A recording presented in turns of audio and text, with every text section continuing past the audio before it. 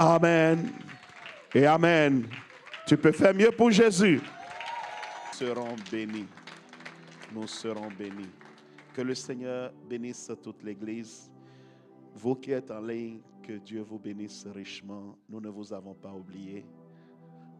Erika, Cécile, maman Cécile, Judicaël, ça c'est la Guadeloupe, Creed, Cécilia, Shalom, Félicia, je vois Megan. Megan, contente de te voir ce matin. Je vois Sirani qui sont là. Je vois Bowman. Et puis, je vois également la France qui est là. La famille Sonegbon et la salle de culte. Que le Seigneur bénisse chacun d'entre nous. Au nom de Jésus. Amen. Prenez place dans la maison de votre Père. Asseyez-vous dans votre fauteuil de directeur général. Amen. Voyez-vous, bien-aimés, aujourd'hui, nous sommes à notre rencontre des 3C. Mais ce qui me phase dans le Seigneur, c'est la diversité et la pluralité que nous avons dans les ministères. Nous avons vu ici l'apôtre Michael, très particulier, un voyant, mais jeune, avec la fougue de la jeunesse. Maman, c'est notre maman. Une prophétesse dans l'âme. Vous allez voir la façon de faire aussi diffère. Vous l'avez senti, c'est une maman qui parle à une fille. Ça montre toute la différence. J'aimerais que vous puissiez vous ouvrir pour recevoir ce qu'elle a pour chacun d'entre nous. Ce n'est pas comme l'apôtre Michael. C'est beaucoup plus comme moi. Mais soyez, plus vous vous ouvrez, et plus le contenant est grand, plus le contenu va remplir le contenant. Plus votre contenant est petit, et plus vous n'aurez que la petite portion. J'aimerais le dire, même si c'est moi qui ai le micro aujourd'hui, elle sera là dès dimanche. Ouvre-toi. Quand je quittais la France, d'ailleurs, je vous l'ai dit ici, je ne connaissais que 2 vrais prophètes dans ma vie. Je vous parlais de la prophétesse Madeleine, une vraie. Aucune de ces paroles qu'elle m'a données n'a eu d'effet. Aucune. Je quittais la France, elle m'a dit, Apocalypse 3. Le Seigneur dit, tu es l'église de Philadelphie. Une parole que j'ai reçue depuis longtemps. Ma vie est basée sur la parole. Prends-moi tout. Tu peux même me prendre les miracles, c'est pas grave. Mais s'il y a une chose que tu ne peux pas me prendre, c'est la parole. Je vis dedans. Elle ne me connaissait pas autre. Elle venait de temps en temps à l'église. Mais elle a dit quelque chose sur ma vie qui est venu attester et sceller ce que Dieu avait déjà dit, que je savais. L'ange qui me porte s'appelle Lumière. Je vis, je baigne dans la parole. Et nous sommes une église de parole. Vous aurez l'occasion de la voir travailler. Époustouflant. Je vous prépare à ça. Parce que peut-être que tu te dis, ça va être comme le prophète, l'apôtre Michael. Non, c'est pas pareil. Ici, là, c'est le tréfonds.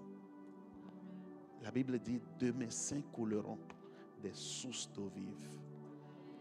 Là, c'est des sources d'eau vive. Si tu t'ouvres à ça, ça va jaillir dans ta vie comme pas possible. Amen, quelqu'un. Peuple de Dieu, prépare-toi à la recevoir. Dès demain pour les intercesseurs et dès dimanche pour toute l'église. Que le Seigneur bénisse chacun d'entre vous. Je vais travailler ce matin, comme vous le savez, avec notre sœur. Mais elle n'est pas là aujourd'hui, donc c'est notre sœur Sylvie. Nous sommes dans notre dimanche. Est-ce qu'on peut l'applaudir? Sylvie, tu peux te lever? Voilà. Donc aujourd'hui, c'est questions-réponses. C'est quoi vos inquiétudes, vos problèmes, vos difficultés, vos interrogations, vos points d'ombre? Nous sommes là pour répondre au mieux à vos problèmes. La Bible déclare: un peuple sans révélation est un peuple qui est appelé à mourir. Et il est écrit: la lumière de sa parole éclaire nos cœurs. Là où il y a la clarté, il y a manque de vie. Là où il y a la clarté, il y a la vie. Ce matin, que l'Éternel nous fasse grâce d'éclairer les esprits des uns et des autres. Et je sais, il a toujours été au rendez-vous. Et encore ce matin. Père, nous sommes là et nous te prions. Prends le contrôle de toutes choses. Jean-Baptiste a dit que je diminue et que Jésus croisse.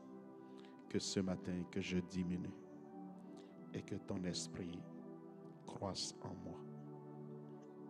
Que chaque réponse qui sera apportée soit conduite par ton esprit à la lumière de ta parole, au nom de Jésus-Christ. Et nous disons Amen, Amen et Amen. Tu as la parole, Sylvie.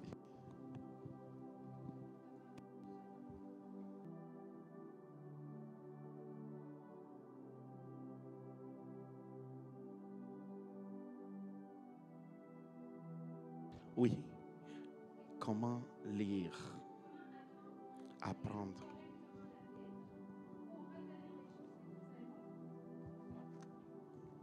Amen.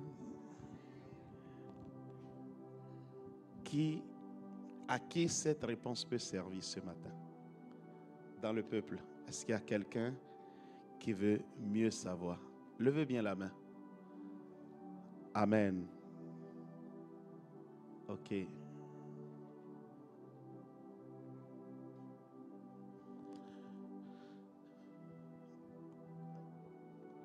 J'aimerais apporter la réponse sous deux angles. Je vais vous donner ma propre expérience et je vous parlerai de mon vécu tout au long de mes années de marche avec le Seigneur. Si vous voulez que ça soit simple pour vous, simple, achetez ce qu'on appelle le guide en 1 an ou en 2 ans. Vous allez sur Internet, vous commandez. Dans le temps, il y avait une mission suisse avec qui je m'étais abonné, qui m'avait envoyé une brochure. Et j'avais chaque texte avec lequel je méditais jour après jour. Et en 1 an, j'ai fini la Bible. Pour que ça soit simple pour vous, vous pouvez prendre cette méthode. Amen. Mais si vous ne voulez pas prendre cette méthode, je vous propose celle-ci. Nous sommes des enfants de Dieu. Nous sommes dans la nouvelle dispensation. Lorsque tu as donné ta vie à Jésus, la première chose que tu dois lire, c'est la vie de Jésus. Ton modèle, c'est Christ. Donc tu commences par lire les évangiles. D'autres vous diront de commencer par Matthieu, Marc, Luc et Jean. Moi, ce que je demande aux gens, commencez par Jean. Chaque évangile apporte l'histoire de Jésus de façon différente, de façon particulière, avec des détails différents. Moi, j'aime commencer par Jean parce que Jean était le disciple le plus proche de Christ. Et quand vous lisez l'évangile de Jean, il y a une personnalisation de Christ. Jean commence par « Au commencement était la parole. La parole était avec Dieu. et la parole était Dieu. Si tu veux comprendre la proximité que Jean avait pour révéler les choses qui concernaient Christ, tu commences par Jean. Moi, j'ai toujours commencé par Jean. Même quand j'ai voulu reprendre la Bible, j'ai commencé par Jean. Alors, ce que je vous dis ce matin, ce n'est pas une science infuse. Une fois encore, je vous ai parlé de la méthode que vous pouvez avoir sur Internet. Dans des missions, on va vous donner les différents tests. Mais tu peux commencer comme ça. Il y a un fils ici qui a commencé comme ça. Je pense qu'aujourd'hui, il a presque fini le Nouveau Testament. Et ensuite, il va dans l'Ancien Testament. Si tu ne comprends pas le Nouveau Testament, il te sera difficile de comprendre l'Ancien Testament. Le problème, c'est que vous commencez par l'Ancien Testament et vous vous perdez parce que vous lisez des noms. Écoutez, chronique. Un chronique, si tu prends, tu vas être découragé. Un chronique, ça parle de la généalogie. Un chronique 1, un chronique 2, un chronique 3, un chronique 4, jusqu'à un chronique 12. Bon, tu veux méditer la Bible, tu ouvres un chronique. Tu vas avoir les mots de tête. Même ceux qui sont spirituellement plus grands, ils ne maîtrisent pas encore. Savez-vous pourquoi est-ce qu'on prend le temps de parler de la généalogie depuis un chronique jusqu'à un chronique 12? Il y a quelque chose qui est là. Mais pour percer ça, il faut avoir compris le plus simple. Nous sommes dans la dispensation de la Nouvelle Alliance. Lisez d'abord le Nouveau Testament. Ensuite, vous irez à l'Ancien Testament.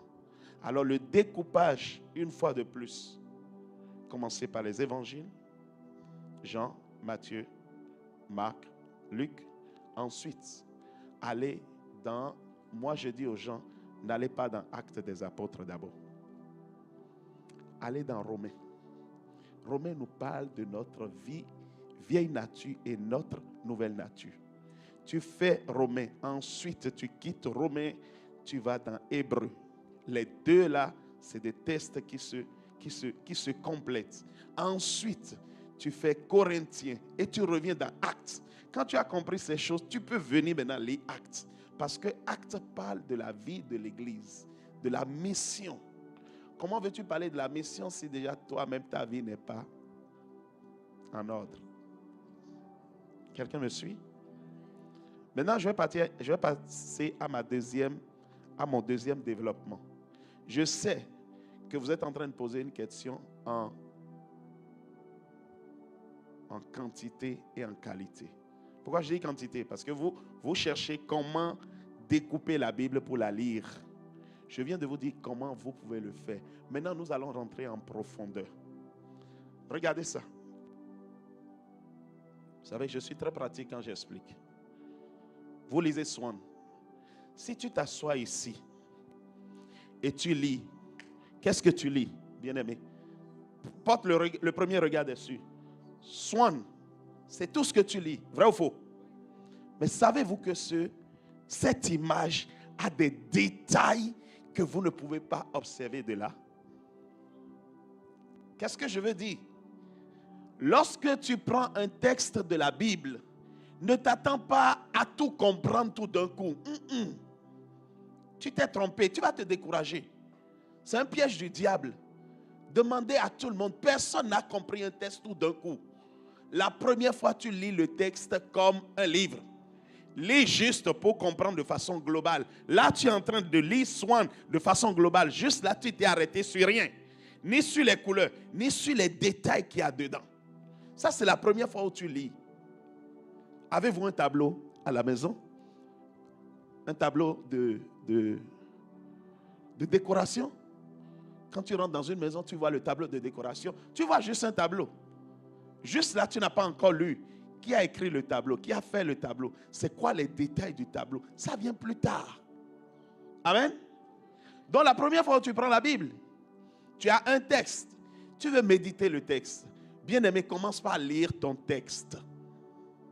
Moi, ce que je faisais dans le temps, et je vous invite à le faire. Le matin, je lis le texte. Je vais à l'école ou à l'université. Je rentre le soir. ou à midi, quand les gens prennent leur pause, moi je reprends ma Bible. Et je relis le texte une deuxième fois. Cette fois-ci, je m'arrête sur des petits détails. Il y a des choses qui commencent à me frapper un peu plus. Donc je m'approche un peu, je lis. Et je vois, oh, Swan. Oh, au fait, c'est défini ici. Synagogue of winners of all nations. Là, je viens d'avoir un détail plus précis. Amen, quelqu'un?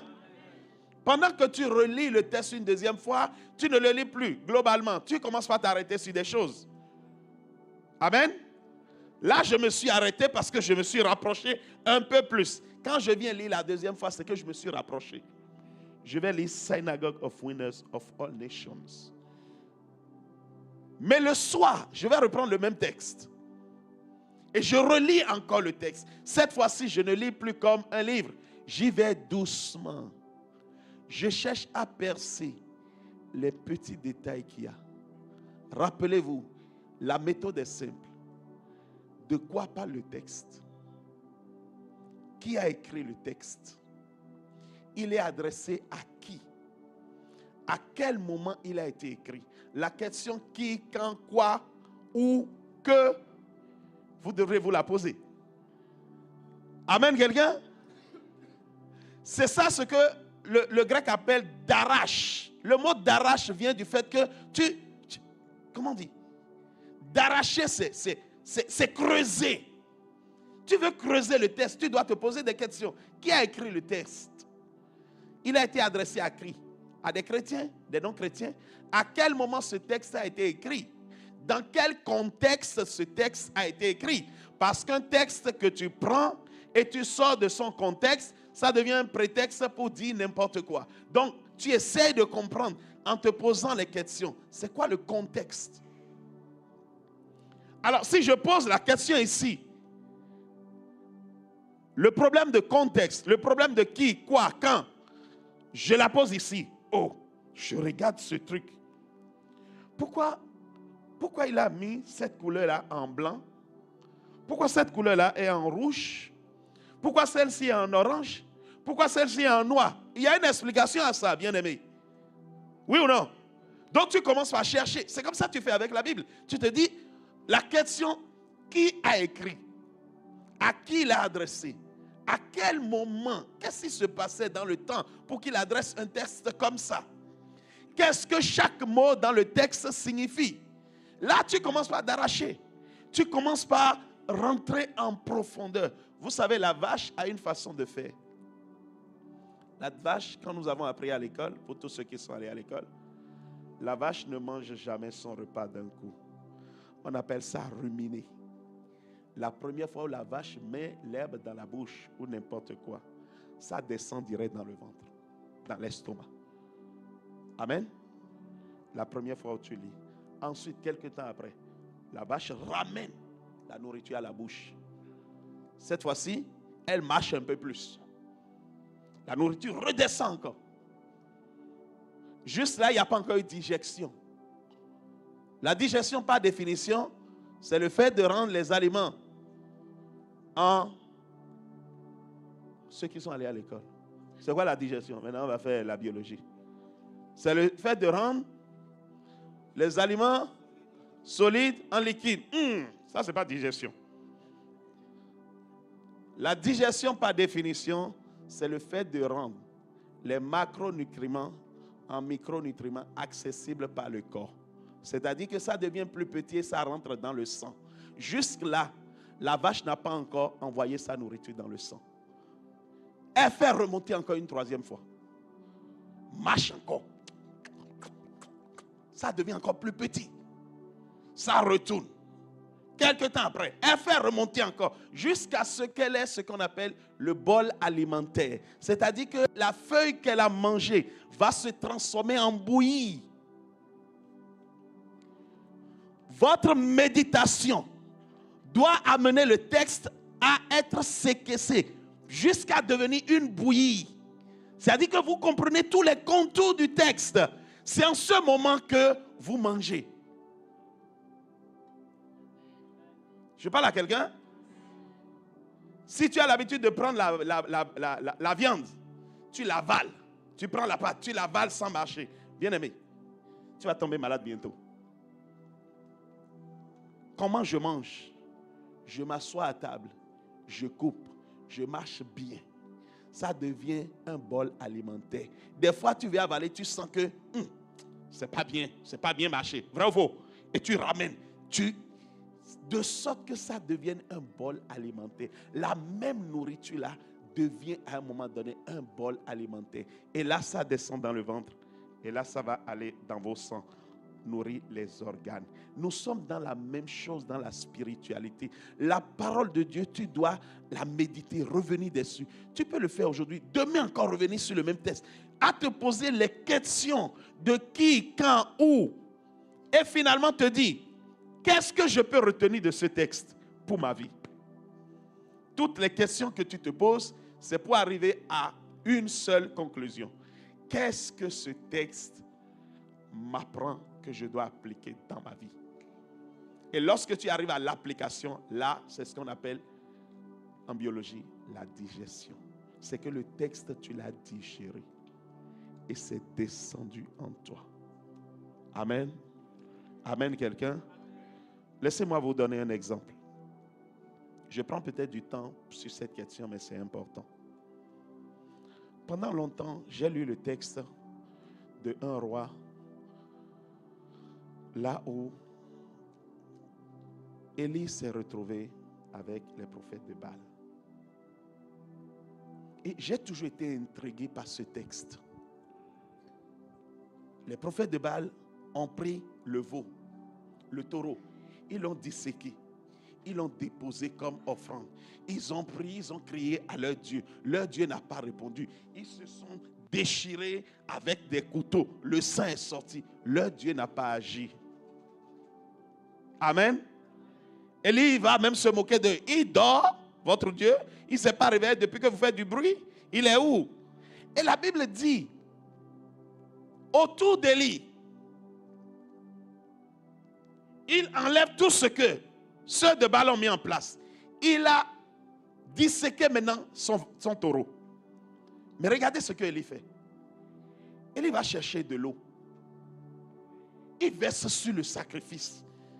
Bien-aimé, il faut être fou pour faire ça, non? Tu veux que le feu descende, mais tu verses de l'eau. Est-ce que l'eau, c'est l'essence? J'ai toujours été intrigué par ça. Pourquoi Élie a fait ça? Pourquoi Élie verse de l'eau? La logique humaine de la connaissance physique du feu ne permet pas de verser de l'eau sur un veau si on veut que le feu descende. Why? C'est la question. Comment? Pourquoi? Qui m'a amené à ça? Mais je n'ai jamais eu la réponse. J'étais en train de me poser la question. Pourquoi? Bien aimé, j'ai eu la réponse il y a seulement 5 ans en arrière. Un jour, j'étais en train de lire. C'est pour ça que c'est important, bien aimé, de lire toute la Bible. Un jour, j'étais en train de reprendre ce texte. Et tout d'un coup, mon esprit a fait tic. C'était un moment donné où le même Élie a fermé le ciel. Pendant 3 ans et demi, la pluie n'y était plus. La Bible dit les animaux mouraient. Les hommes avaient faim. Amen, quelqu'un? C'est en ce moment que Élie va demander de l'eau et verser dessus. Et Dieu me dit, as-tu compris? L'eau qui était absente pendant 3 ans et demi. L'eau manquait, les animaux mouraient. Donc l'eau était importante. On ne pouvait pas utiliser de l'eau n'importe comment. Mais il dit verse 1 fois, verse 2 fois, verse 3 fois. En fait, Élie est allé chercher tout le restant de l'eau. Et il vient verser là. C'est ce que notre soeur a dit ce matin. Les autres ont donné le superflu. Mais tout ce qu'il y avait, la dame, elle a déposé. C'était l'offrande qu'il avait donnée. Les gens pensaient que c'était le veau qui était l'offrande. Non, dans le monde des esprits, c'était l'eau qui était l'offrande. Dieu m'a dit, tu n'as pas compris mon fils. Les autres ont vu le veau. Pour eux, le veau était l'offrande. Mais ce n'était pas l'offrande. Élie avait cherché une offrande qui était plus grande que le veau. C'était l'eau. Comment il prend tout le restant de l'eau et il verse sur un sacrifice. Il faut être fou pour le faire. Mais quand Dieu a vu le sacrifice qu'il a fait, Dieu a dit, no way, ce sacrifice est plus grand, oh, laisse-moi agir. Et le feu est tombé, boum. Quel sacrifice donnes-tu à Dieu? Donnes-tu le superflu ou donnes-tu tout ce qui te reste? C'est là où j'ai compris, bien-aimé, un sorcier ne peut pas me tuer. Le jour où j'ai eu cette révélation, j'ai dit, un sorcier ne peut pas me tuer. Maman m'a appelé il y a quelques mois en arrière. Nous étions à peu près au mois d'octobre. Non, nous étions au mois de janvier. Avant, elle m'avait appelé en septembre. C'était la première fois on se reconnectait après 10 ans. Elle m'a dit, j'ai un message pour toi, Cyril. Donne-moi ton numéro, je vais t'appeler. Je lui ai donné le numéro, elle n'a pas réagi. Ok. Vous savez, je suis quelqu'un, je ne sais pas trop courir derrière les hommes de Dieu. J'ai dit, ok, je ne sais pas trop ce que maman a vu, je ne sais pas pourquoi elle a fait ça, mais c'est correct. L'année qui a suivi, j'étais allé à une veillée prophétique. C'était le prophète Joël Francis Tatou qui l'avait organisé. Mais c'était mon père qui intervenait. Et j'ai dit, au lieu d'aller en Afrique du Sud, je vais aller là. Ça m'a coûté. Le voyage m'a coûté. Parce que c'était au lendemain de janvier. J'ai pris le vol le 2 janvier en laissant toute ma famille. Et je suis parti. Et le 5, elle m'a appelé. Elle m'a dit, Cyril, ça va? J'ai dit oui. Elle dit, je te vois quelque part en Europe. Hein? J'ai dit oui, maman, je suis en Europe. Je suis en France. Elle dit, ah, ok. Et tu es avec quelqu'un? J'ai dit oui, je suis avec quelqu'un. Elle dit, ok, maintenant je vais te dire ce que je voulais te dire il y a quelques mois.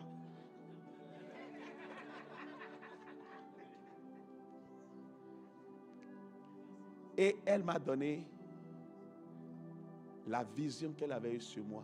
Ce qui s'est passé en octobre 2024. Elle me l'avait déjà dit en janvier 2024.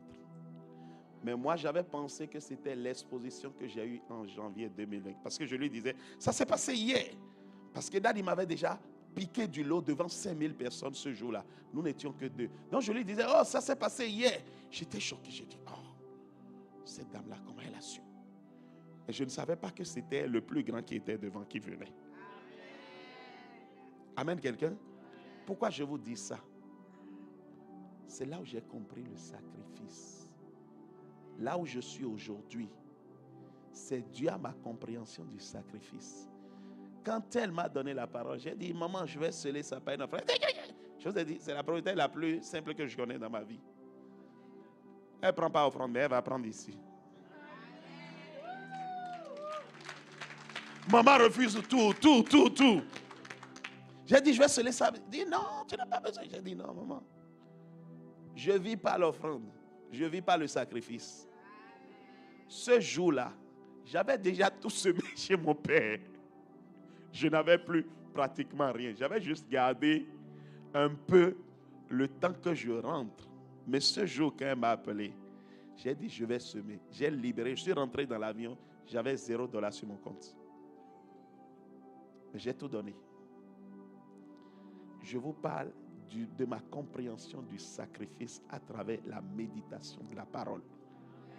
Cette parole que j'ai semée, avec ce que j'ai semé dans la vie de mon père, ça a déclenché tout ce que vous êtes en train de voir aujourd'hui.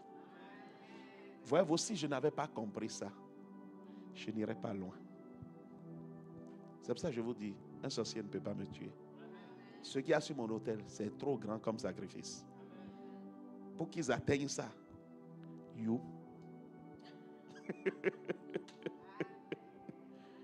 Quelqu'un me comprend? Ah. Médite la parole. Médite la parole. Ne médite pas une fois.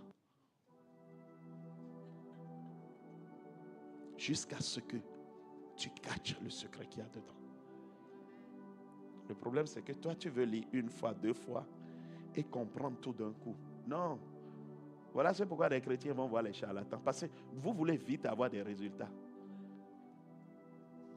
Quelqu'un peut me dire, Moïse a fait combien de jours sur la montagne? Moïse a fait combien de jours? Non, maman, faut pas dire, maman, non. Et le peuple là, Moïse a fait combien de jours sur la montagne? Combien? 40. Tout le monde est d'accord? Moïse a fait 80 jours sur la montagne. Moïse a fait 80 jours. Lisez bien la Bible, c'est parce que vous ne lisez pas bien. Il avait déjà fait 40 avant que Dieu ne descende et il est resté dedans pendant 40 jours supplémentaires. Et laissez-moi vous dire, Dieu a parlé à Moïse quand? Peut-être à la 79e jour. Au 79e jour. Il est resté là tout le temps. Dieu n'a pas parlé. C'est vers la fin que Dieu est venu parler. Tu es trop pressé, chrétien. Si tu es pressé, ce qui est pressé là s'appelle diarrhée. Ce qui est normal s'appelle normal. Sois normal avec Dieu. Si tu es pressé, tu n'auras rien. Amen, quelqu'un? Nous sommes trop pressés. Nous voulons tout comprendre tout d'un coup. Non, Dieu va étape par étape avec nous. Il te donne en fonction. Ce que vous me voyez aujourd'hui, l'année prochaine, je ne serai pas comme ça. J'aurai une autre dimension. Mais est-ce que vous savez que l'onction tient compte de beaucoup de choses? Les gens pensent que je prie, Dieu me donne l'onction. Non. L'onction tient compte de la santé du contenant. Santé physique, santé mentale, santé psychologique. Au-delà du spirituel, l'onction tient compte de ça. L'onction peut tomber et te tuer. Si physiquement tu n'es pas en place, c'est pour ça que, serviteur de Dieu, on doit se reposer, on doit faire du sport, on doit être en forme. Dieu veut donner l'onction à certaines personnes, mais il sait que s'il amène ça, ils vont mourir. Parce que le contenant n'est pas bien. Comment j'ai compris ça? À force de lire, de méditer. Bien aimé, les réseaux sociaux, vous les jeunes du temps des réseaux sociaux, vous voulez tout vite. Vite. Vous faites comme ça, le SMS est parti. Vous faites comme ça, Snapchat est parti. Non, avec Dieu, ce n'est pas Snapchat. Non. Avec Dieu, ce n'est pas Snapchat. Hein? Si vous amenez la rapidité de Snapchat dans la méditation, vous êtes bon bouillon. Vous ne comprendrez rien. Vous allez sortir frustré, vous allez être énervé, vous allez dire, moi je lis, je ne comprends jamais rien. Non, c'est toi qui n'es pas calme avec Dieu. Va étape par étape. Je n'ai jamais connu quelqu'un qui a commencé l'école et qui s'est retrouvé tout d'un coup à l'université.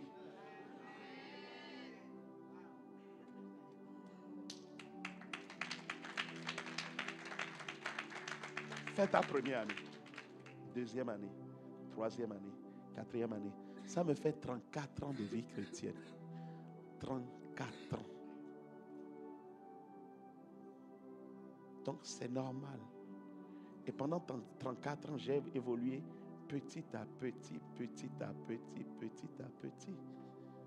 Soyez calme avec Dieu. Soyez normal avec Dieu. Quand le truc veut vous prendre, dites-lui, ce n'est pas la diarrhée. C'est le normal. Je vais normal avec Dieu. Je suis à mon niveau aujourd'hui. Demain, je vais grandir. Après-demain, je vais grandir. Ainsi de suite. Que le Seigneur bénisse chacun d'entre nous. Est-ce que j'ai répondu?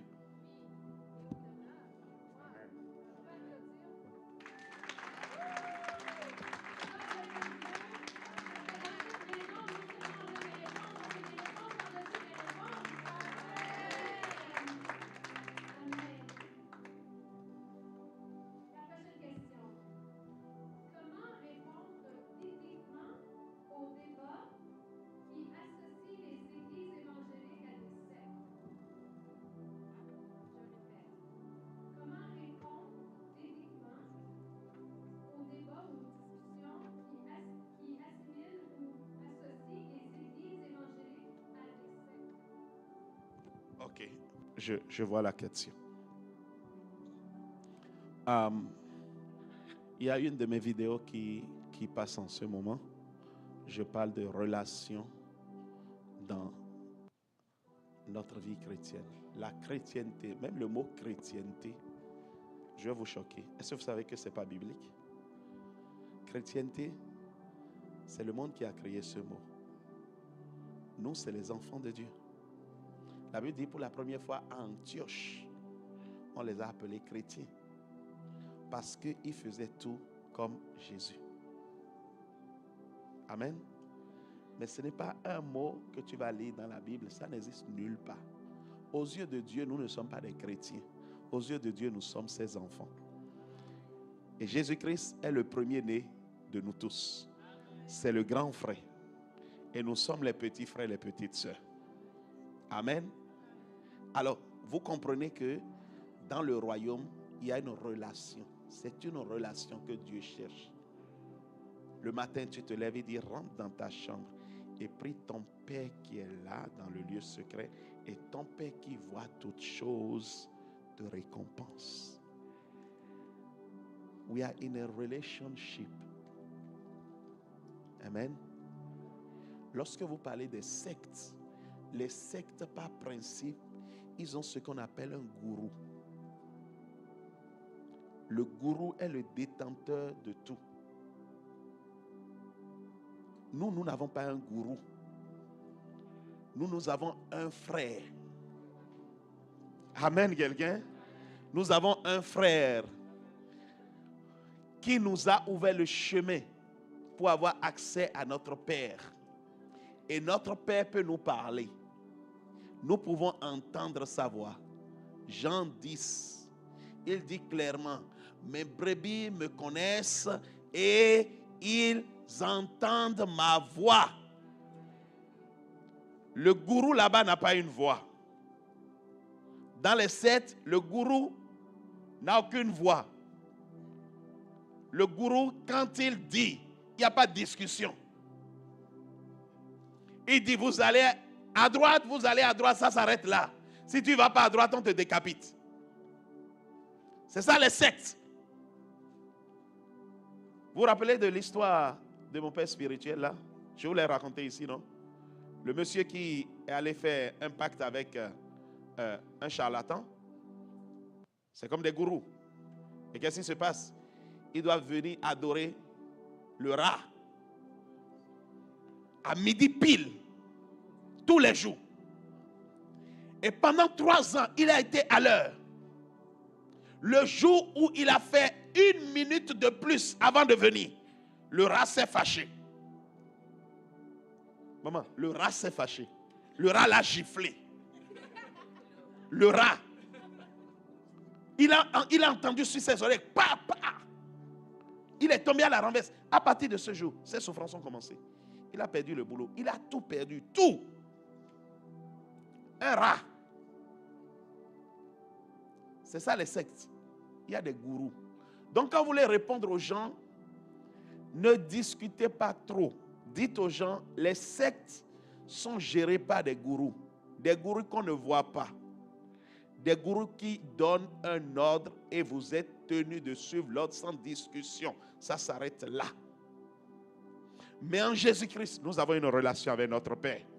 On s'assoit, on discute avec papa. Papa, tu me dis de faire ça. Ok. Et si je fais comme ça, qu'est-ce que ça va faire? Abraham a discuté avec Dieu jusqu'à avoir une seule personne dans la ville de Sodome et Gomorrhe. C'était son neveu. Nous avons une relation avec Dieu. Toute la différence est là, sans rentrer dans les détails. Ne rentrez pas dans d'autres détails. Dites aux gens que vous connaissez la voix de votre Père quand il vous parle. C'est ça la relation que nous avons dans le Seigneur. Mais ceux qui ont des sectes, ils ont des gourous qui leur donnent un ordre. Et ils sont tenus de suivre l'ordre. Et le jour où ils ne suivent pas l'ordre, ils meurent. Un malheur lui arrive. Mais nous, même quand il nous arrive de faire des erreurs, Dieu est encore là pour nous pardonner. Quelqu'un a vu la différence? Le sang de Christ est là encore pour nous pardonner. Et pour nous laver de toute iniquité. C'est ça notre secret. Et c'est ça la différence entre la vie chrétienne et les sectes. Que le Seigneur bénisse son peuple.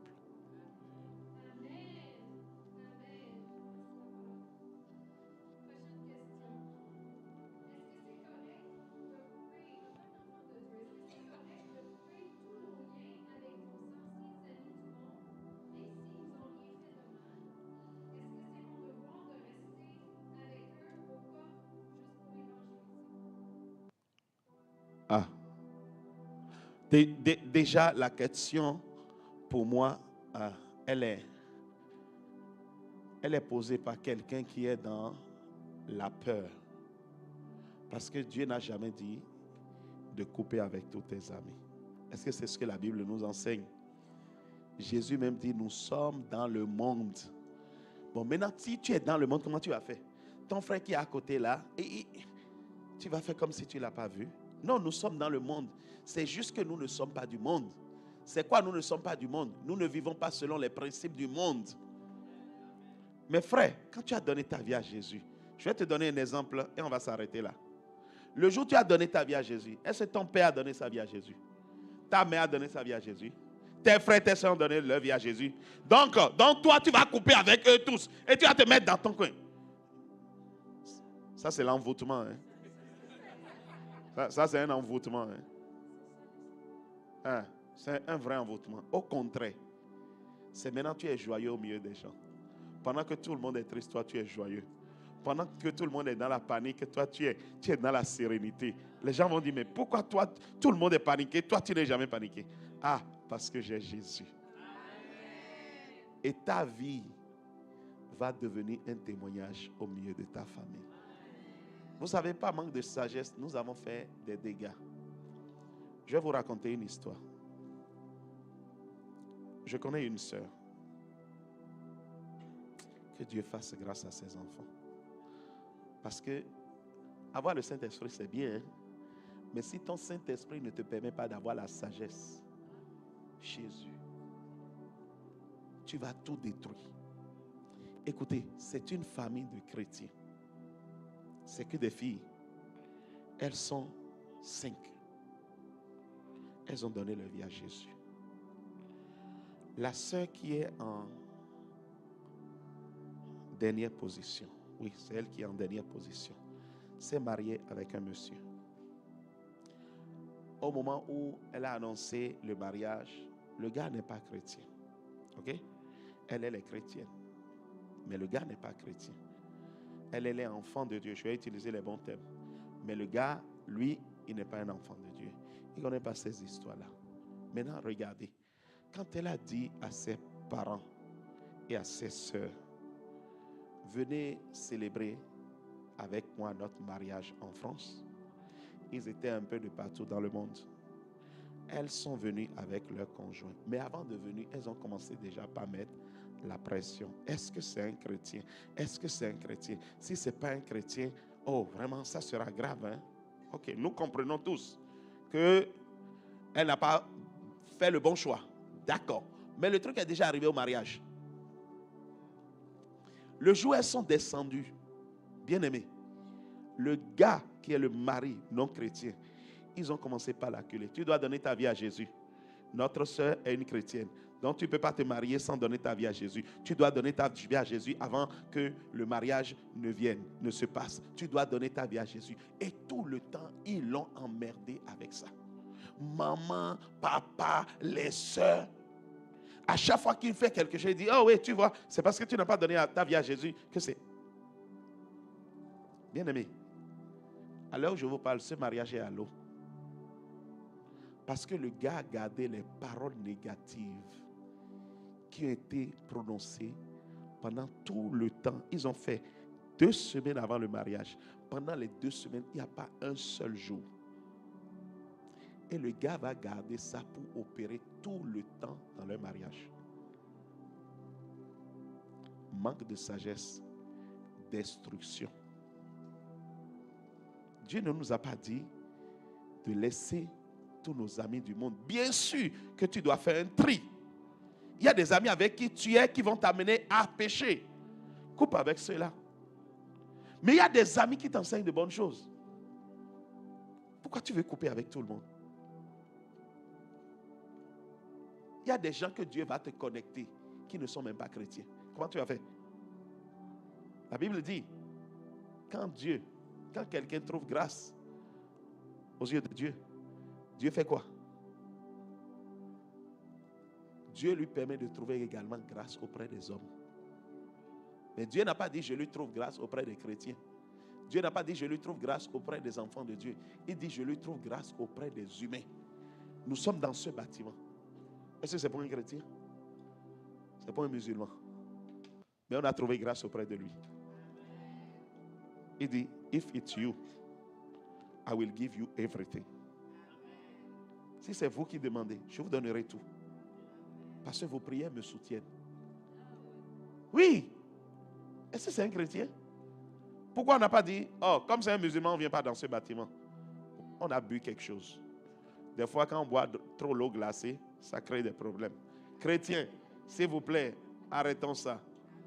Être chrétien, ce n'est pas la guerre contre les autres qui ne sont pas chrétiens.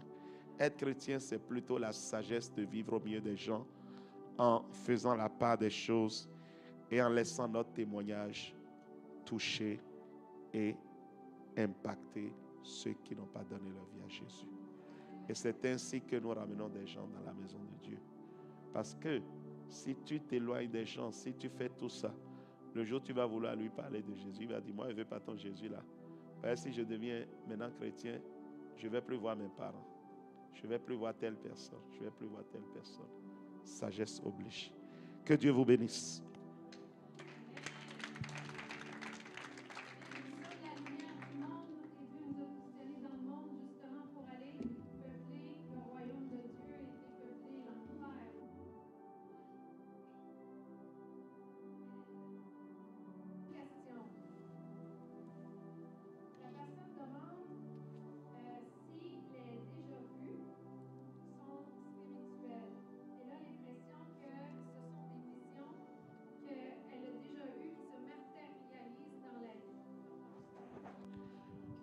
L'anglais appelle ça du déjà vu.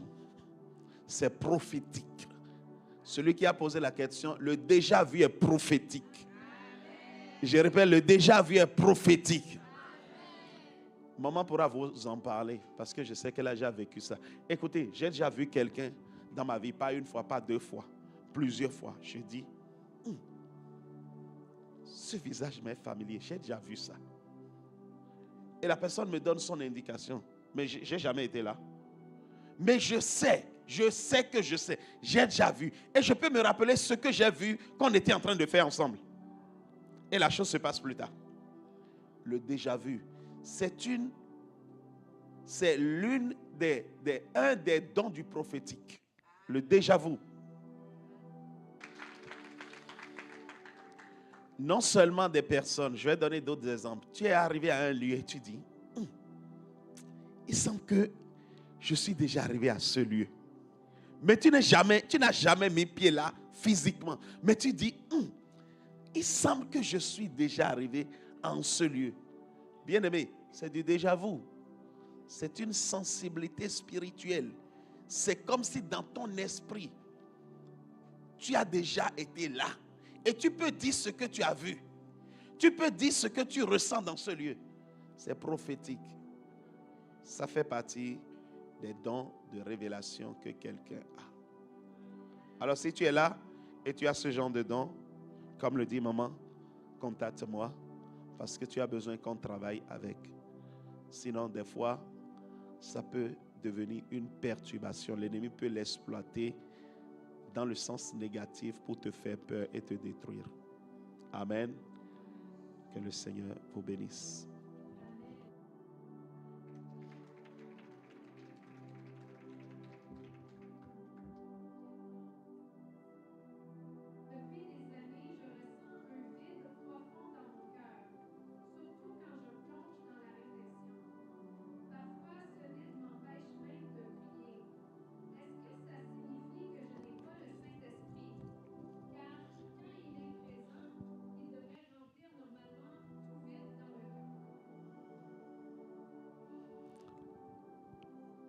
Ok. C'est quoi la question alors? J'ai entendu l'histoire, mais est-ce que ça veut dire que je n'ai pas le Saint-Esprit, c'est ça? Ok. Ok, pour celui-ci, on va lire quelque chose rapidement. Je vais aller chercher ici, EMCI. Je vais vous lire deux textes.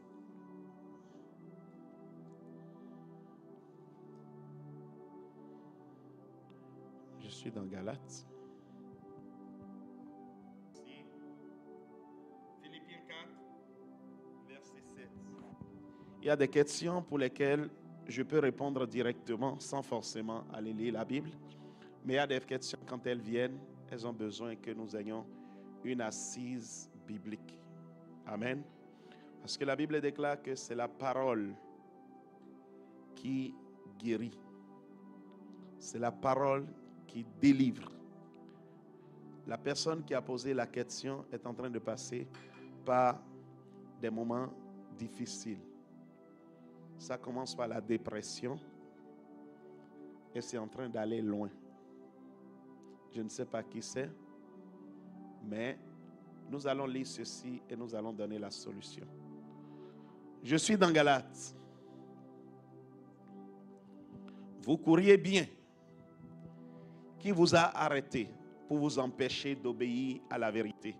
Donc si on comprend bien, la personne en question a bien commencé avec le Seigneur. C'est-à-dire que c'est un enfant de Dieu. Ok? Il a commencé par courir. Et qu'est-ce qui s'est passé? Vas-y. Cette influence qui vient, cette influence ne vient pas de celui qui vous appelle. Vas-y. Non, reviens en arrière. Reviens. Verset 6. Ok, on va le lire à partir de là. Car en Jésus-Christ, ni la circoncision, ni l'incirconcision n'a de valeur, mais la foi qui est agissante par la charité. Avance. Vous couriez bien. Qui vous a arrêté pour vous empêcher d'obéir à la vérité? Vas-y. Cette influence ne vient pas de celui qui vous appelle.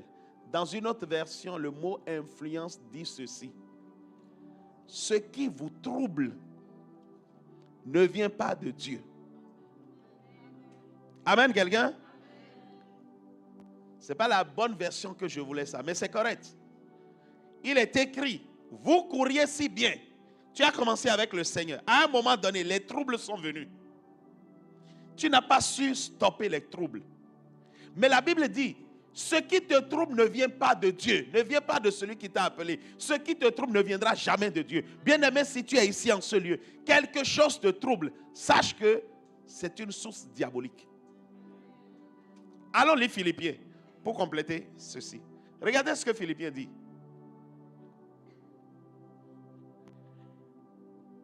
Et la paix de Dieu, qui surpasse toute intelligence. Je m'arrête là, je vais expliquer. La paix de Dieu surpasse toute intelligence. Vous savez pourquoi la Bible dit ça? La sœur, pourquoi je dis la sœur depuis? La sœur. Ok, certainement c'est une sœur. Elle dit dans son texte, quand je commence par réfléchir, la réflexion a sa part dans l'intelligence. Et il est écrit ici, et la paix de Dieu qui surpasse toute intelligence. Je vais le changer. Et la paix de Dieu qui surpasse toute réflexion. La paix de Dieu qui surpasse tout raisonnement. La paix de Dieu qui surpasse tout ce qui peut passer dans ta tête comme logique. Gardera vos cœurs et vos pensées en Jésus. Si la paix de Dieu ne surpasse pas ta réflexion, ça veut dire en fait que ton âme est déjà touchée. Je répète, ce n'est plus un simple trouble. Il y a des troubles simples qui arrivent. Dès que tu prends la parole tout de suite, le trouble s'en va. Mais il y a des troubles que tu n'as pas su que ça ne venait pas de Dieu. Et tu es resté dedans. Et tu as passé beaucoup de temps dans ces troubles. Vous savez, la réflexion qui t'amène à ces troubles, elle n'est plus superficielle. Elle est déjà profonde. Elle est déjà rentrée dans ton âme. Elle a déjà souillé ton âme. Elle a déjà détruit ton âme. Au point où la paix de Dieu, qui devrait normalement surpasser l'intelligence, ne surpasse plus ton intelligence. De sorte que, au lieu que ton cœur et tes pensées soient gardés en Christ, ton cœur et tes pensées ne peuvent plus être gardés en Christ. Le jour où tes pensées et ton cœur ne peuvent plus être gardés en Christ, alors que tu es chrétien, bien aimé, tu as besoin d'une délivrance. Je parle à quelqu'un? Je dis, tu as besoin d'une Répète avec moi. Tu as besoin d'une? On a besoin de te délivrer. Et on a besoin de repartir à la parole faite chez avec toi. Tu as besoin d'être délivré, de t'asseoir pour être réenseigné, pour que ton cerveau puisse se soumettre à la parole de Dieu. Parce que la parole de Dieu, normalement, est celle qui devrait amener la paix. La Bible dit la paix qui surpasse toute intelligence. C'est-à-dire qu'il n'y a aucune réflexion que tu peux avoir qui va surpasser la parole de Dieu. La paix que la parole te donnera. La personne qui se trouve dans cette situation a laissé ses troubles, ses réflexions descendre au plus profond de son âme. Et son âme aujourd'hui est affectée. Tu as besoin d'une délivrance de l'âme. Des fois, l'âme parle, tu penses que c'est Dieu. Tu es même arrivé à ce point. Parce que ton âme parle et tu penses que c'est Dieu. Et tu te dis c'est Dieu. Mais le diable t'a trompé, il t'a déjà eu depuis longtemps. Tu as besoin d'une délivrance, bien-aimé.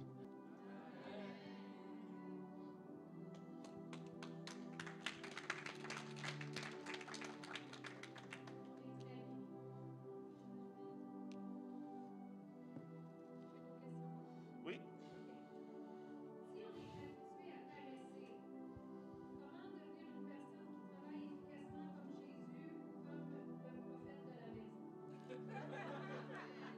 Est-ce que je peux réentendre ça?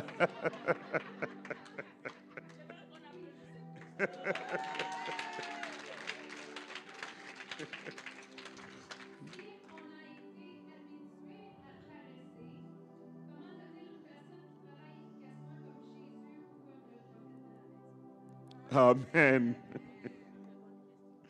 Très, très, très bonne question. Je vais vous répondre sous 3 angles. Vous savez, je suis biologiste de formation. J'ai l'habitude de vous dire ceci. Nos cellules ont ce qu'on appelle une mémoire. Ça a été démontré en recherche. Nos cellules ont ce qu'on appelle une mémoire. Lorsque nous commençons par poser de simples actes qui perdurent dans le temps, nous sommes en train de déposer une mémoire dans nos cellules. Et à partir de là, la cellule va fonctionner selon ce qu'il a eu comme mémoire. Bien-aimé, est-ce que vous qui êtes réglés à manger à une heure précise, avez-vous constaté que à cette heure précise-là, votre corps vous réclame le manger? Vrai ou faux? Si vous ne lui donnez pas, c'est comme si vous allez mourir. Vrai ou faux? Mais si vous avez quelqu'un ou une situation qui vous amène à ne pas, vous êtes obligé de ne pas manger, vous allez voir que quelques temps après, ça disparaît comme si vous n'avez plus jamais rien eu. Vrai? Simplement parce que vous avez habitué votre corps, vous lui avez donné une mémoire. Les cellules de votre estomac savent qu'à cette heure, c'est enregistré dans leur mémoire. À cette heure-là, c'est comme ça se passe. Pourquoi je vous parle de la mémoire cellulaire? La mémoire cellulaire rentre en ligne de compte dans les attitudes que nous avons au quotidien. Une attitude que tu as qui devient un caractère dans ta vie. Il faut savoir que la mémoire de tes cellules ont enregistré ça. Je suis paresseux. J'ai vécu tout le temps paresseux. Tes cellules sont là. Dès que tu vas faire un effort au-delà de ce que tu as l'habitude de faire, même si l'effort n'est rien pour les autres, ça va être un gros effort pour toi. Parce que tes cellules vont dire, c'est trop. Tu ne m'as jamais habitué à ça. Tu vas avoir les maux de tête. Tu vas avoir ceci. Tu vas avoir cela. Et généralement, si tu n'as pas quelqu'un là que tu peux écouter, on baisse les bras. Je suis en train de dire à quelqu'un, avant d'aller plus loin, je suis en train de te dire, si tu es resté dans la paresse pendant longtemps, je ne suis pas en train de m'amuser. Vous me connaissez, je dis la vérité. Ça va être compliqué pour toi. Tu dois garder ça à l'esprit. Parce que si tu ne gardes pas que ça doit être dur, tu ne sauras pas comment faire face à ça. Tu vas faire l'effort un jour, 2 jours, mais tu vas tellement avoir mal dans le corps parce que tu ne l'as pas habitué à ça. Keep going, keep going, keep going, keep going, keep going.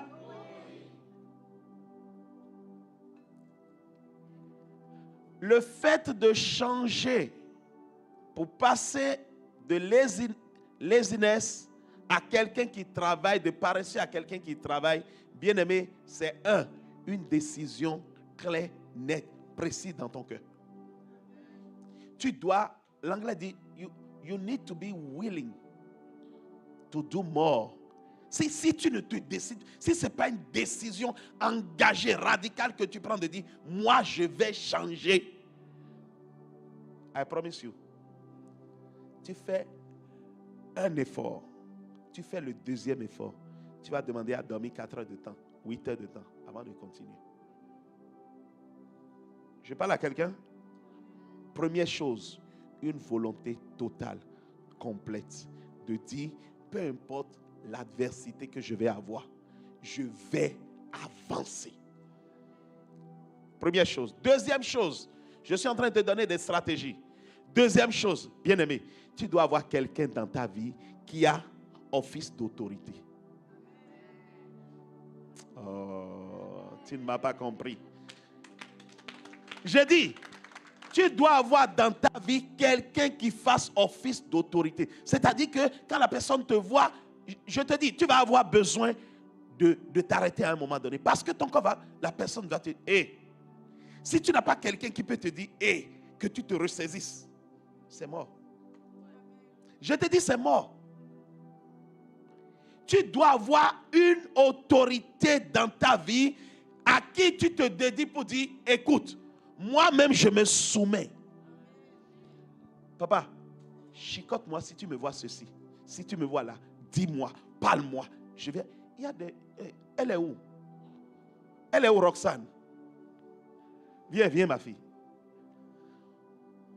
Vous avez vu le cas de Roxane.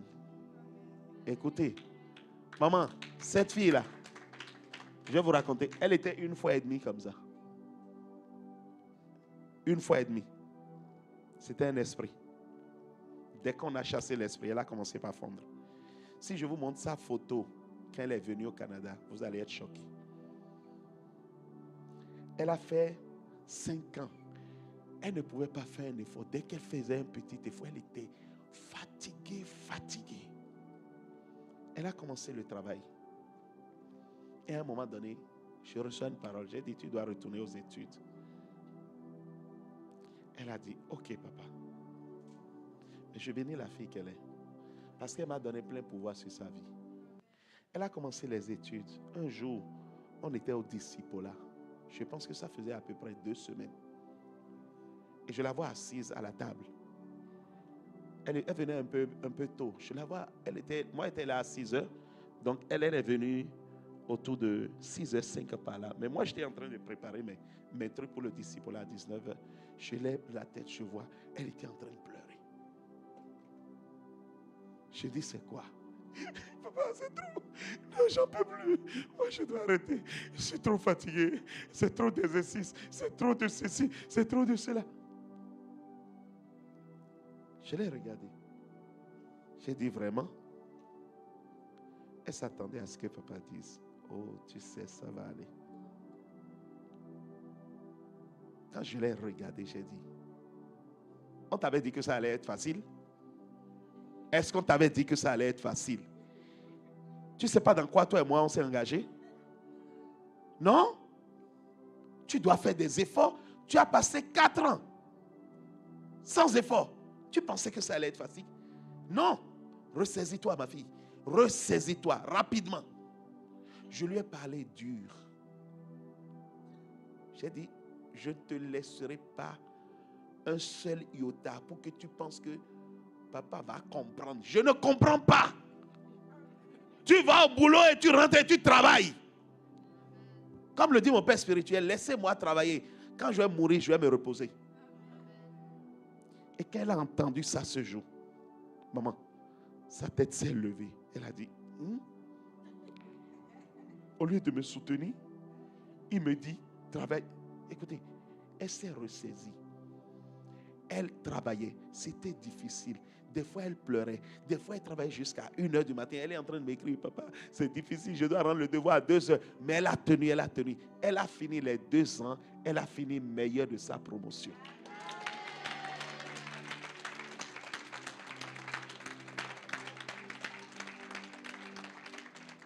Mais pour qu'elle réussisse, bien aimée, elle a décidé mais la décision ne suffit pas. Il fallait une autorité sur sa vie pour ne pas aller dans son sens. Parce que tu vas vouloir dormir. Il faut quelqu'un pour te dire, allez, lève-toi, va travailler. Si tu n'es pas prêt que quelqu'un te dise, lève-toi, va travailler.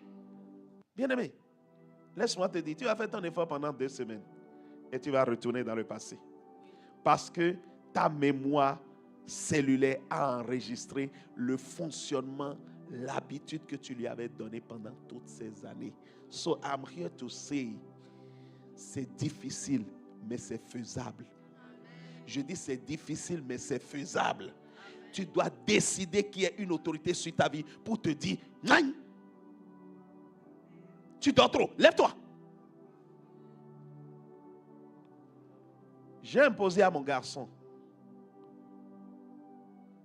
J'ai dit à Bayo, tous les jours c'est 5h du matin. Tu dois te réveiller. Le temps de prière c'est à 6h. Mais à 5h du matin, il doit se réveiller. Des fois, il va travailler jusqu'à 1h du matin, aller au lit. Quand je me réveille, moi, il ne dort pas trop la nuit. Quand il finit de prier, je monte. 5h, il n'est pas. Je dis, Bayo, j'entends là-bas. Oh oui, papa, j'arrive. Il sait que papa est là. Bien aimé, si papa n'est pas là, il va dormir jusqu'à 7h. Il va dormir jusqu'à 8h. Vous savez, on a tous besoin d'avoir une autorité sur nous. Vous pensez que je fais ce que je fais, pourquoi? Parce que j'ai un père. Et maintenant, il y a ma maman qui est encore là. Dans la partie d'aujourd'hui, elle va appeler pour savoir comment ça va le ministère. Comment? Est-ce que... Bien aimé, tout ça là te garde. Si tu es dans la vie, il n'y a personne qui puisse te parler. Personne ne peut te parler que tu prennes le bon chemin. Bien aimé, je te dis, c'est la mort qui t'attend. Je répète, c'est la mort qui t'attend. La vie, ce n'est pas ce qu'on pense. Donc la personne qui a posé la question, si tu veux devenir ce que je suis devenu, laisse-moi te dire, c'est mon père qui a fait de moi ce que je suis devenu. Mon père biologique, avant que mon père spirituel ne vienne faire. Je me rappelle en classe de 4e, j'ai vécu une vilaine année. Un vilain semestre, pas année, semestre. Parce que j'étais déjà en équipe nationale, il y avait les moments, on faisait 3 fois l'entraînement par semaine. Et ça fait que je n'étudiais plus. Il m'a chicoté. Bien aimé, il m'a chicoté. Il dit, si je rentre à la maison, je te vois, tu es en train de faire autre chose que le cahier, tu es mort. La nuit, je dois me réveiller à 4h du matin. Tu vois, si je suis en train de dormir, peu importe mon sommeil, si j'entends les pas, je me réveille rapidement. Ça m'a appris. Je répète, si tu n'as personne dans ta vie, je vais profiter pour parler aux enfants. Et je vais profiter pour parler aux parents. Si ton enfant ne peut pas te craindre, je n'ai pas dit avoir peur de toi. Te craindre. Papa a parlé. Je dois suivre la ligne. Et que ta parole dans la tête de ton enfant ne veut rien dire. Bien-aimé, c'est foutu. J'ai dit c'est foutu. Voilà pourquoi si tu es ici, tu es fils spirituel. Laisse-moi te dire, merci beaucoup. Le changement dans ta vie de passer de paresseux à travailleur ne dépend pas seulement de ta décision.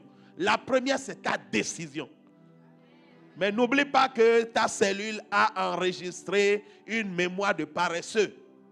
Donc tu vas vouloir faire. Il va te dire, je suis fatigué. Tu as besoin d'une autorité pour te dire, lève-toi.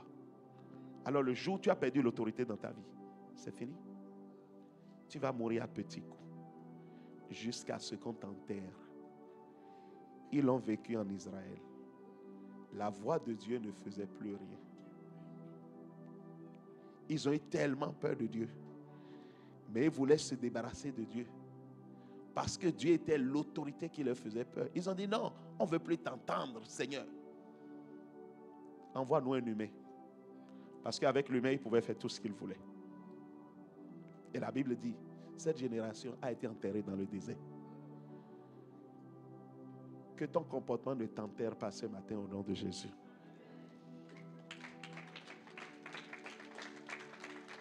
C'est possible, tout est possible. Mais tu as besoin de ces deux éléments. Ta décision ferme et l'autorité dans ta vie. Le jour où tu n'as plus d'autorité, le jour où la personne va parler, tu vas dire baba, tu es foutu. Reviens à Dieu et que le Seigneur te bénisse.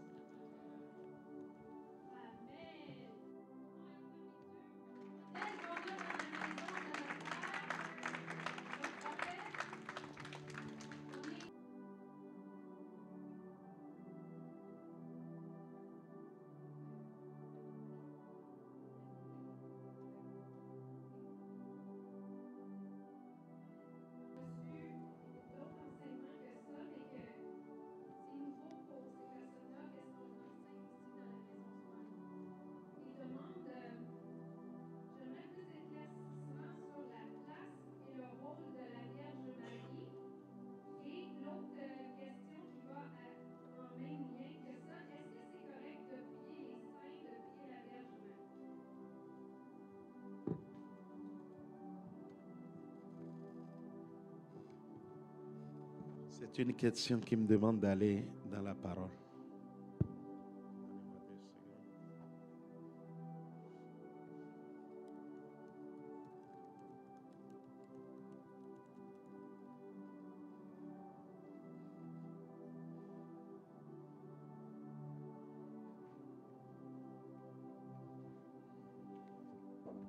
On va aller chercher, nous sommes dans la nouvelle alliance. Je prie vraiment que le Seigneur nous fasse grâce ce matin sur cette question. Que Dieu illumine le cœur de la personne ou des personnes qui ont posé celle-ci.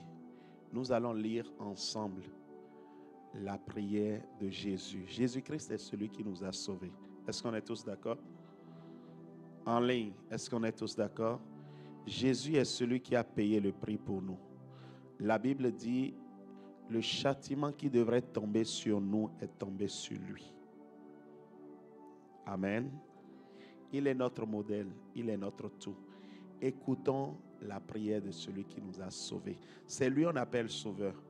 On n'a jamais appelé Marie sauveur parce que Marie n'est pas morte pour nous. Marie actuellement est au ciel avec son Dieu. Marie, c'est la mère de Jésus. Mais Marie n'est pas morte pour nous. Marie a été celle qui a eu la grâce de porter Jésus pendant 9 mois. Et Marie n'a rien fait d'autre que de porter Jésus pendant 9 mois. Marie n'a pas souffert le martyre pour toi. Marie n'a pas été crucifiée pour toi. Marie, nous la respectons parce que c'est la mère de notre Seigneur Jésus-Christ. Elle porte une grâce que personne n'a eue dans ce monde. Pour ça, nous la respectons. Mais en dehors de ça, Marie n'a pas autre chose. Lisons ensemble. C'est la prière de celui qui t'a sauvé et qui m'a sauvé. Vikram, may God bless you from BC. Shalom. Lisons ensemble la prière de Jésus. Nous sommes dans Jean 14. Est-ce qu'on peut mettre depuis le premier verset? Nous allons lire tous ensemble. J'aimerais pas prendre une partie. J'aimerais qu'on lise le tout. Il dit que votre cœur ne se trouble point. Croyez-en et croyez-en.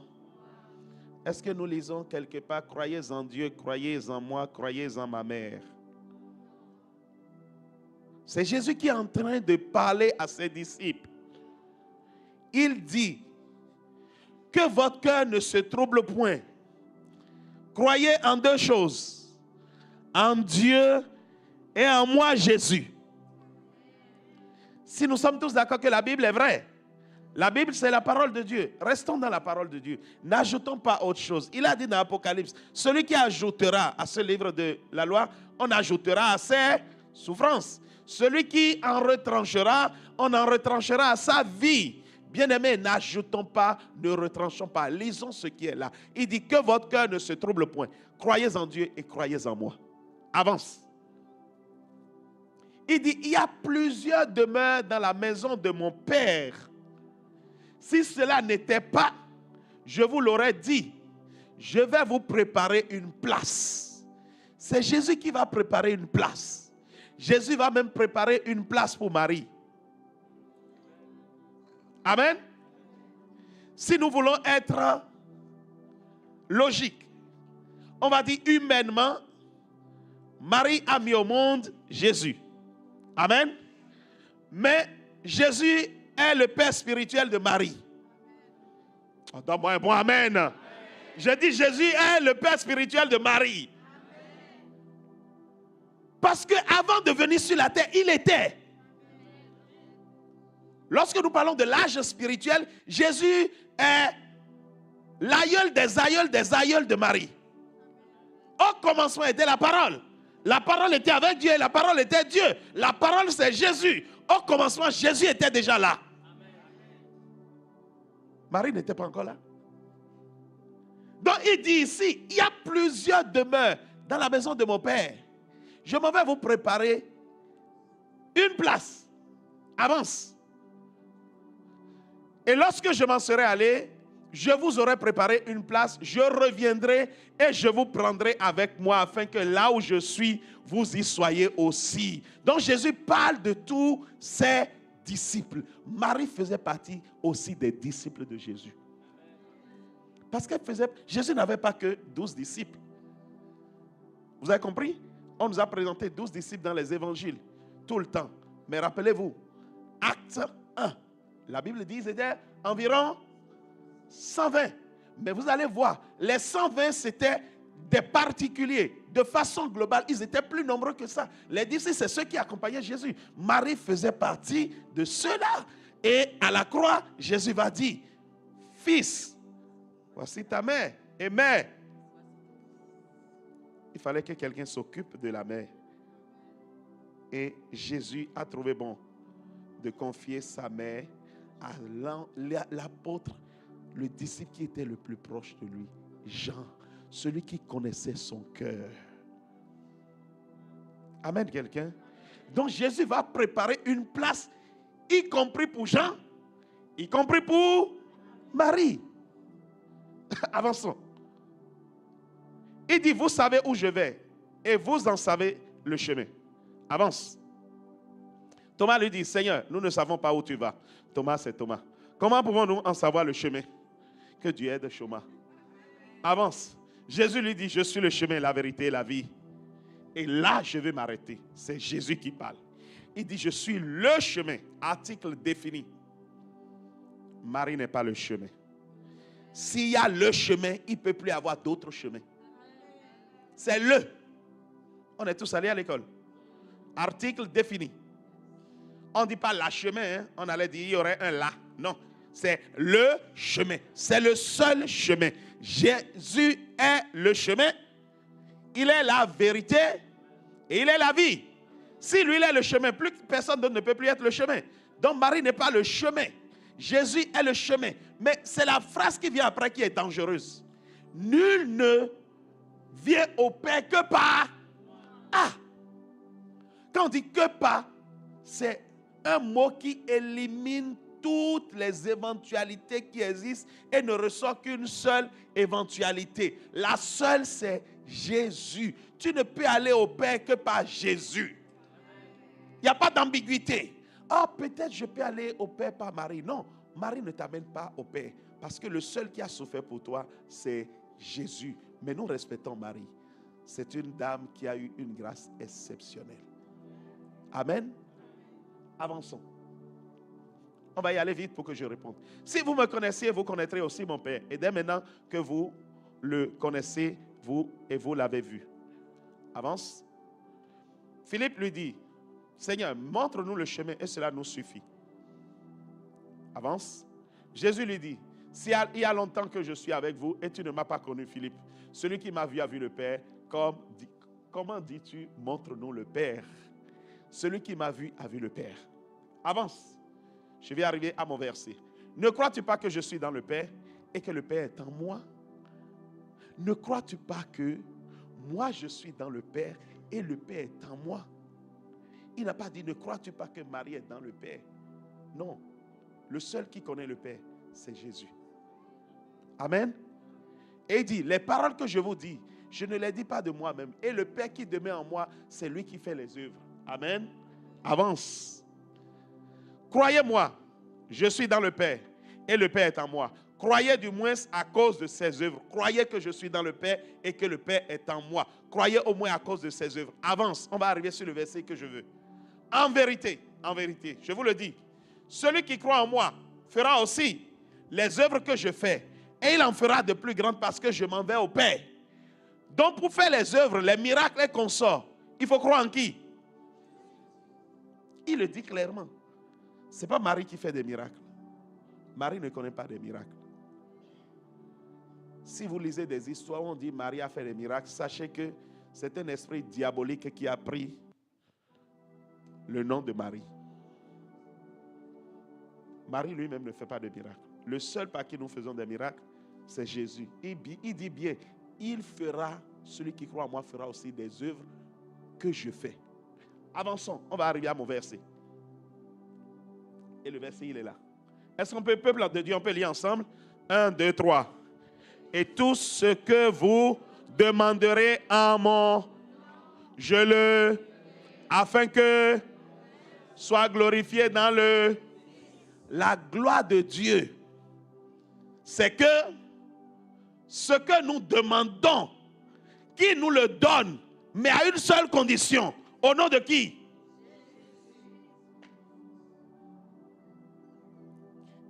Et tout ce que vous demanderez en mon nom, au nom de Jésus, pas au nom de Marie. Dieu ne te donne rien au nom de Marie. Je répète, Dieu ne te donne rien au nom de Marie. Je répète, Dieu ne te donne rien au nom de Marie. Si Dieu te donne quelque chose au nom de Marie, bien aimé, il faut savoir que c'est un esprit diabolique. Tout ce que tu demandes au nom de Jésus, Dieu te le donnera pour glorifier le Père dans le Fils. Est-ce que j'ai répondu à la question de la personne? Je demande à la personne de lire Jean 14 tout entier. C'est Jésus qui parle à ses disciples. Il dit, moi je vous donnerai tout, mais vous le demandez en mon nom. Nous demandons au Père. J'aimerais préciser ça parce que j'entends la voix de Dieu me dit, précise ça. Nous ne demandons pas à Jésus. Nous demandons au Père au nom de... Aïe, je reprends. Nous demandons au Père au nom de... C'est pour ça qu'il est le chemin par lequel nous demandons. Il est le chemin. Tu ne peux pas demander au Père en prenant un autre chemin. Il y a un seul chemin par lequel tu demandes au Père. Le nom de... Si tu trouves un chemin qui s'appelle Marie, bien-aimé, il faut savoir que le diable est déjà avec toi. Amen. Que le Seigneur nous bénisse.